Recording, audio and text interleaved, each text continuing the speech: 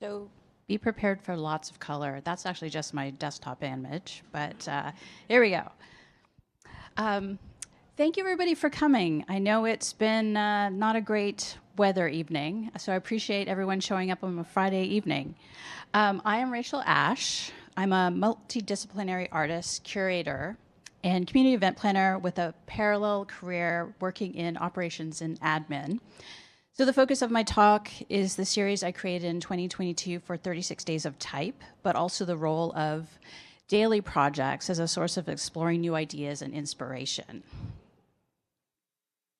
I'm a professional photographer turned paper artist. One of my favorite jobs as a photographer was working for the Textile Museum of Canada in Toronto, photographing items from their permanent collection. And at that time, their collection was about 10,000 objects. And what I was working on for them was actually digitizing, the beginnings of digitizing their permanent collection. It was this hands-on deep dive into the world of textiles from around the world, and it's an experience that still has a major influence on my work to this day. And pictured in this image is a photographic self-portrait and a paper-cut self-portrait. So this is some examples of recent work. I've been focused on paper-cut art for about 12 or 13 years. My current work is focused on pattern mixing and playing with color. I am definitely a maximalist. I'm not really into minimalism at all. And in my work, I am interested in pushing the boundaries of what could be considered too much in terms of color and pattern.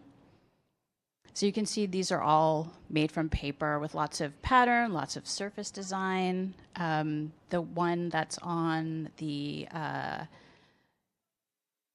side of the screen is actually a sculptural piece that I created for a show at Walrus earlier this year, exploring this idea of home. So this is me demonstrating how you actually do paper cutting, and this is probably 6 times the speed. And you can see also that I actually draw all these patterns first before I cut them, and this is hand cutting with a knife, an Olfa art knife. So there's lots of design involved in these pieces, even though I'm not actually a designer. I feel that my work really sits in this intersection of art, craft, and design. And it's very meditative work to do. Also, the drawing part is also very meditative.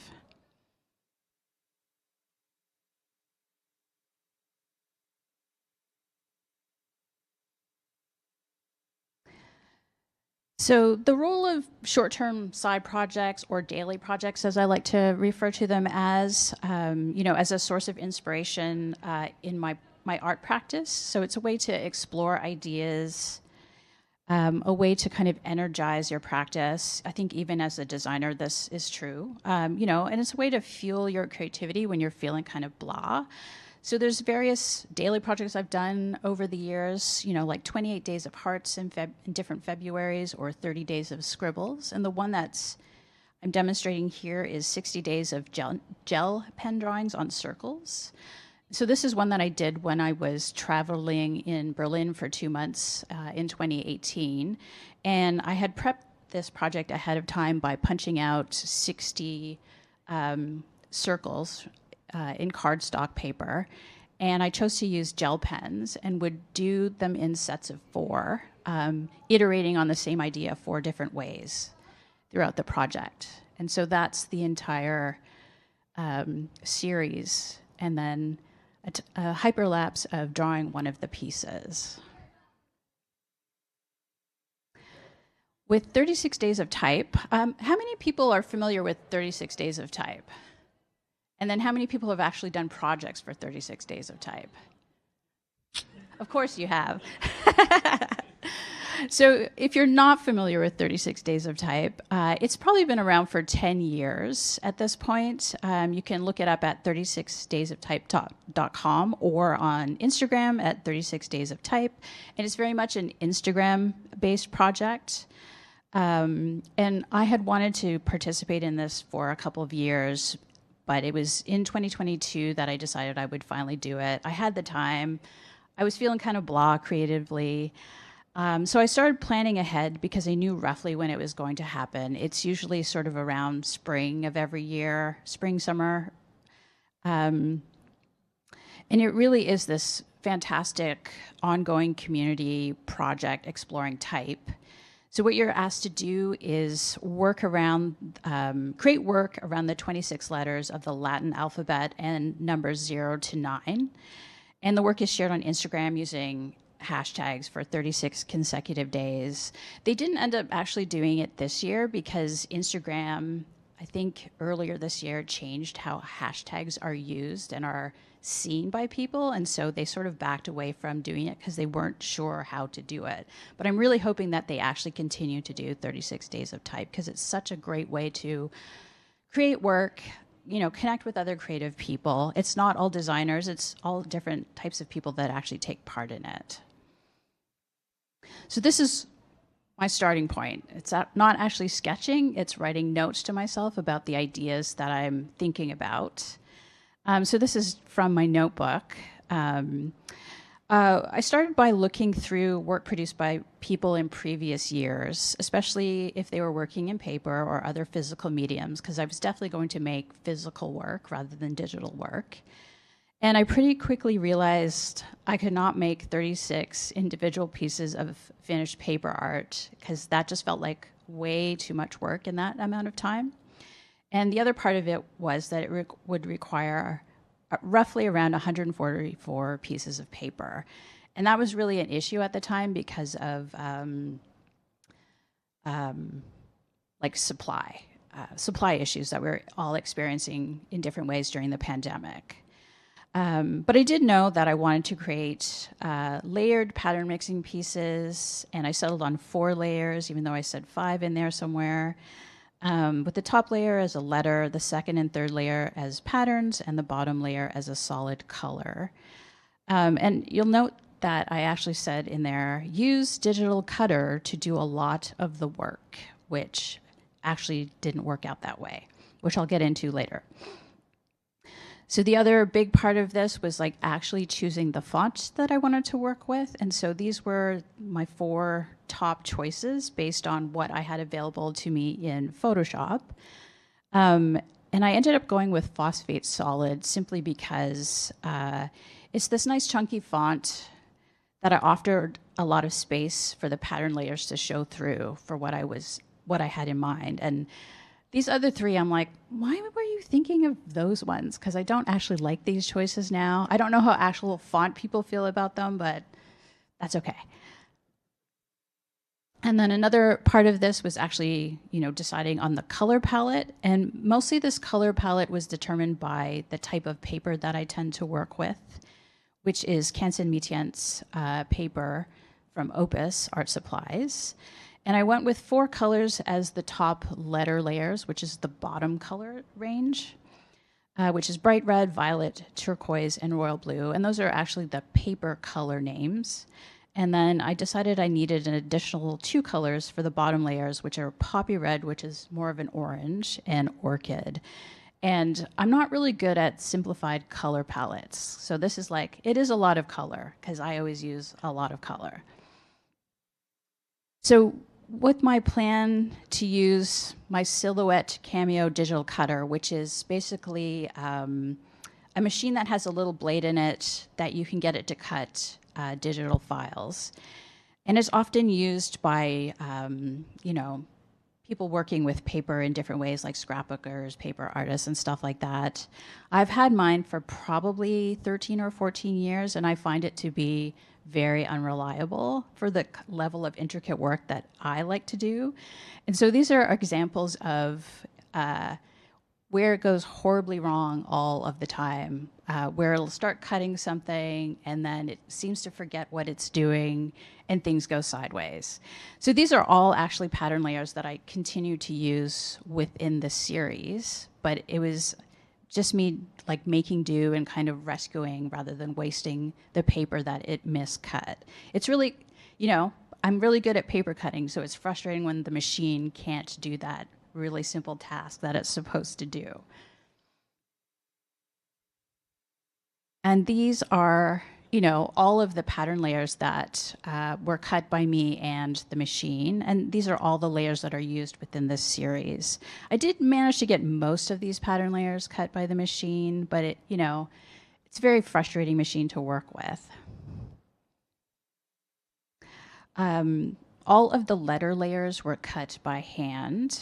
The way I do this is I create each letter file in Photoshop and then print it out to use as a template for cutting the shape of the letter.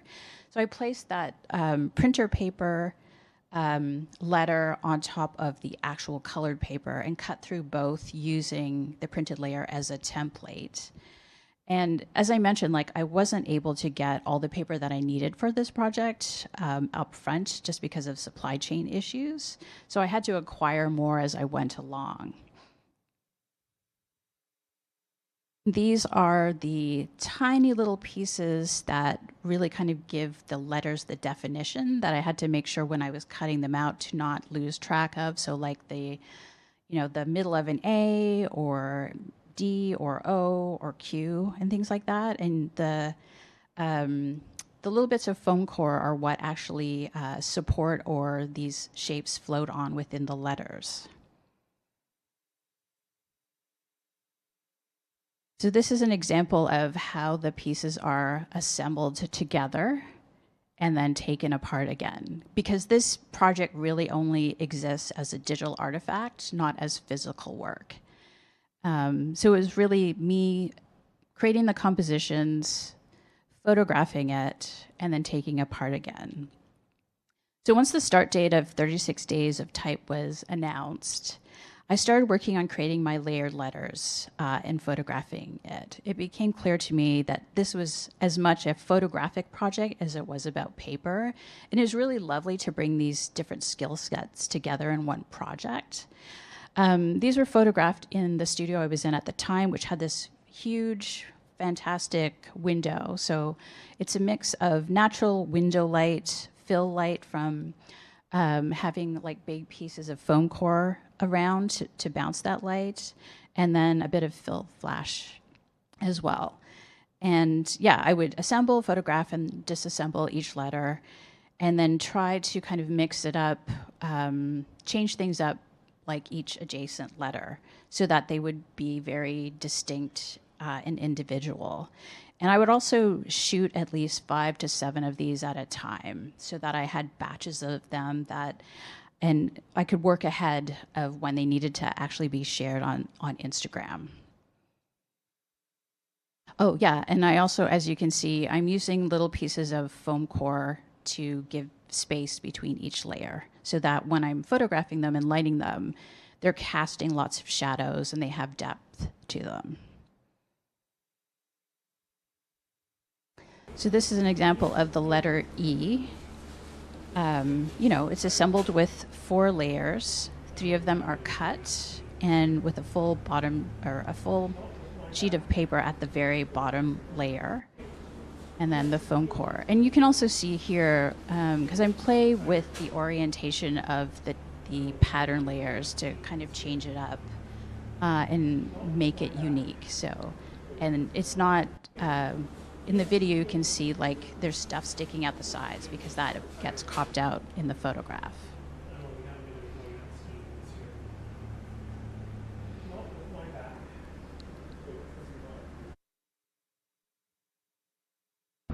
And as this series progressed,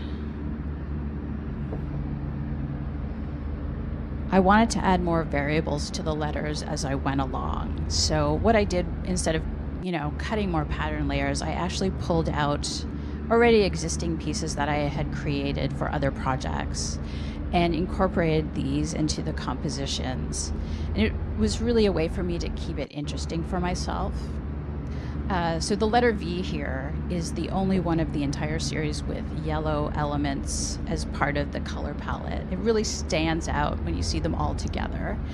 And the other part of this is you can see that large red layer as a full finished pattern mixing piece that I had that I ended up using in a few different letters throughout the series. So it's in the V, the C, the G, and the N. And obviously, like, it does not fit It's huge. It's cropped out. When I was getting close to the end of the work with letters and anticipating switching to the numbers part of the series, I wanted to add another new variable to incorporate.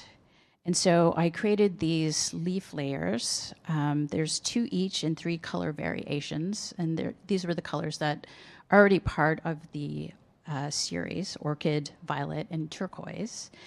And then inserted these along the sides of each of the numbers. And you can see they're on, in the video, they're on their own tiny little foam core bits that are custom fit to fit on the tiny leaves. And again, you can see in the video, like I play around with the orientation of the pattern layers. And then, after I was finished all the main body of the work, of course I had to make an ampersand. Who doesn't love an ampersand? Everybody loves ampersands. So I did 3 variations of the ampersand, same top layer, 3 different variations in the pattern layers, and added another new element because I always keep liking to switch it up. And these were the cherry blossom layers that I had made as a separate piece that I decided worked really well in the ampersand. And my favorite of these 3 is actually the one with the blue cherry blossoms.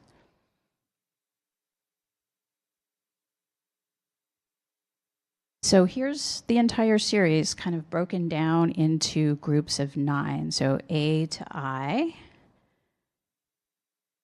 then J to R, S to 0, and then 1 to 9.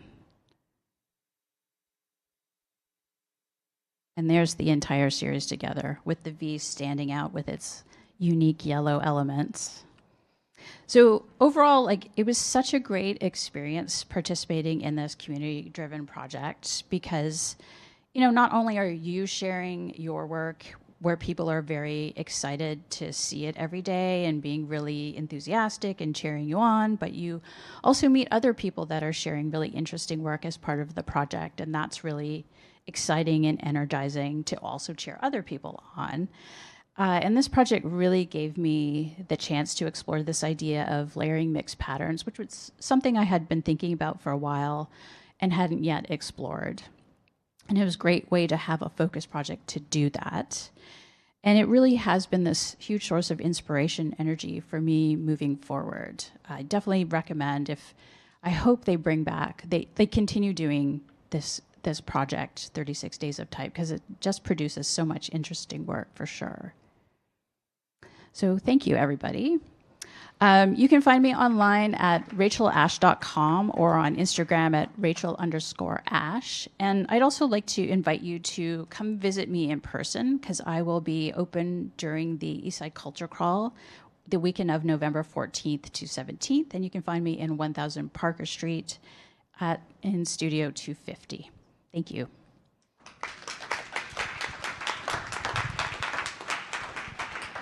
Amazing. So we have time for a couple questions. Does anyone have some questions? Yeah. Hi. I loved your presentation. I think your letters are beautiful and the patterns that you're using are just so intricate and mesmerizing. I was just wondering, have you ever used the quilling technique in your projects to create more swirly textures, or is that something that you haven't explored or considered? I haven't done it recently. I've done it quite a long time ago, actually way before I was working with paper. But yeah, there's lots of different types of paperwork that I'll do, like more the sculptural pieces where I'll use lots of different techniques, but I haven't exclusively used that type of technique, but there are some incredible artists out there like using paper quilling, creating beautiful work. Like I think Julia Brodskaya is one of them. Yeah, really incredible pieces, very elaborate. Thank you. Which are your favorite techniques to work with so far? Well, Definitely paper cutting. Like that's what I do quite a lot. I definitely want to get into creating more three-dimensional pieces. Definitely inspired by the work that I did for that piece at Walrus earlier this year. I just have one more question. Sorry. Sure. Which one was your favorite letter to work on? Oh, I love the letter Q. Yeah, when I wrapped up this series, that was one of the things I asked people, like, said my favorites. Wait, go back here. Yeah, I love the letter Q. Beautiful. Yeah. They're very eye-blasting altogether. It's a lot of color. Thank you. Yeah, thank you. That's great questions. Awesome, thank you. Do we have one more question? All good? All right, thank you so much, Rachel. Thank you.